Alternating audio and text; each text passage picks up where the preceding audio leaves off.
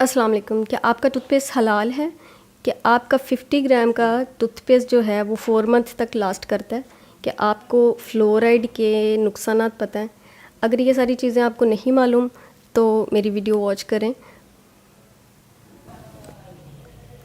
इस dry toothpaste powder के लिए जो फ़र्स्ट चीज़ है हमारे पास वो है कार्डमम, जिसको हम उर्दू में इलायची भी कहते हैं। बहुत सारे लोग इसको अपनी चाय में भी यूज़ करते हैं, जैसे कि हम लोग। अच्छा, अब इसके जो डेंटल हेल्थ में आ जाएं तो इसके मेन जो बेनिफिट है वो ये कि ये 5 किस्म के बैक्टीरियाज़ को आपके टीथ में से ख़त्म करता है और कैविटीज़ लगने से भी प्रोटेक्ट करता है। और जो मेन चीज़ है वो आपको ये फ्रेश और एक हेल्दी ब्रेथ प्रोवाइड करता है। तो कार्डमम बहुत सारी टूथपेस्ट पे आपने बना हुआ देखा होगा, लेकिन गॉड नोज़ कि वो उसमें किस तरह का कार्डमम डालते हैं। तो ये जो है आप अपनी आँखों से, अपने हाथों से अपने ही टूथ पाउडर में डाल रहे हैं, जो कि बेस्ट चीज़ है। सेकंड हमारे पास है फेनिग्रीक सीड। ये बहुत सारे लोगों ने सुना होगा। इसको हम अचार में यूज़ करते हैं। बेसिकली इंडियन एंड पाकिस्तानी लोग जो हैं वो अचार में इसका इस्तेमाल करते हैं बहुत सारा। अब बहुत सारी रेमेडीज़ में भी यूज़ करते हैं, लेकिन ये जो है आपकी टीथ को कैसे प्रोटेक्ट करता है इसके बारे में मैं आपको बताती हूँ। फेनिग्रीक आपकी जो बैड ब्रेथ है उस पर काम करेगा और इसको हम एज अ बेस यूज़ कर रहे हैं। सेकंड और थर्ड चीज़ हमारे पास आ गई फेनल सीड्स। इसको आपने बहुत सारे माउथ फ्रेशनर के तौर पे यूज़ करते हैं, जो हम उसमें खाया होगा, या बहुत सारी स्वीट डिशेस में फेनल सीड्स खाए होंगे। ये भी आपकी कैविटीज़ को स्ट्रॉन्ग करता है और स्मेल को क्योर करता है। देन उसके बाद हमारे पास सॉल्ट है। सॉल्ट एक किस्म का आप कह लें कि एसिडिक अटैक जो आपकी उसमें बनाता है, प्लेग बनाता है टीथ में, उसको क्योर करता है। अब हमारे पास आ गए क्लोव्स। क्लोव्स आपने बहुत सारी टूथपेस्ट पे बना हुआ देखा होगा। ये अगेन बहुत इफ़ेक्टिव किस्म का जो एक इंग्रेडिएंट है जो आपकी येलो नहीं होने देता, नहीं टीथ्स को, और प्लेग नहीं लगने देता। बहुत इफ़ेक्टिव है ये। उसके बाद हमारे पास ये है बेकिंग सोडा। बेकिंग सोडा आपको एज आ आप कह लें डिटर्जेंट काम करेगा। माइल्ड सा हमने इसमें यूज़ करना है।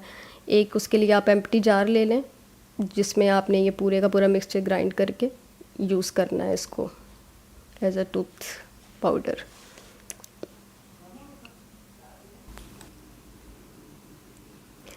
क्वांटिटी में इसका कोई हार्ड एंड फास्ट रूल नहीं है। आप अपनी रिक्वायरमेंट के अकॉर्डिंग यूज़ कर सकते हैं। मतलब इसी रेशो को आप कम या ज़्यादा कर सकते हैं। इसमें जैसे 3 आप देख सकते हैं टीस्पून मैंने ये फेनल सीड्स के लिए हैं, और उसके बाद हम इसमें फेनिग्रीक सीड यूज़ करेंगे, जिनको हम आम ज़बान में मेथरे भी कहते हैं, जो कि एज अ बेस इसमें ना मंजन में या इस टूथ पाउडर में यूज़ होंगे, बेस की तरह काम करे। और ये थोड़ा सा लाइक क्लिनजिंग एजेंट भी, like fenugreek seed cleansing agent के तौर पे भी काम करता है। उसके बाद हमने यहाँ पे कार्डमम ले लेनी है, इलायची ले लेनी है। इसको भी हमने ग्राइंड करना है इसी के साथ, और इसकी क्वांटिटी आप देख सकते हैं 1 2 3 4 5 6 7, ठीक है, ऑलमोस्ट 7 आप ले लें। अगर आपने इसको बढ़ाना है तो आप बढ़ा सकते हैं, इसका कोई नुकसान नहीं है। उसके बाद हमने सॉल्ट लेना है। सॉल्ट को एज अ स्क्रब की तरह यूज़ होता है आपके टीथ पे। जैसे फेस स्क्रबिंग हम करते हैं, इसी तरह ये एज अ स्क्रबर आपके फेस पे टीथ पे यूज़ होगा। उसके बाद हमने क्लोव्स लेने। क्लोव्स आपको पता है ये इसकी बहुत शार्प किस्म की फ्रेगरेंस होती है, जिसकी वजह से आपके जो बैक्टीरिया है ना, वो बैड बैक्टीरिया वो ख़त्म हो जाते हैं। तो क्लोव्स आपने ज़्यादा नहीं लेने क्योंकि ये बहुत स्ट्रॉन्ग होते हैं, तो 3 या 4 क्लोव्स काफ़ी हैं। बेकिंग सोडा आप कोशिश करें कम ही लें। ये हाफ़ टी स्पून मैंने इसमें तकरीबन यूज़ किया है। इसको भी एज अ क्लिनजिंग एजेंट के तौर पे ही हम काम कर रहे हैं, ताकि एज अ प्रिजर्वेटिव भी ये इसमें काम करे बाकी चीज़ों के साथ। मैं अपने टूथपेस्ट में इसको इंग्रेडिएंट्स को कभी कभार चेंज करती हूँ, लेकिन ये जो करंटली अभी मैं यूज़ कर रही हूँ ये वही हैं। इस टूथपेस्ट को यानी इस टूथ पाउडर को मुझे यूज़ करते हुए ऑलमोस्ट 2 इयर्स हो गए हैं।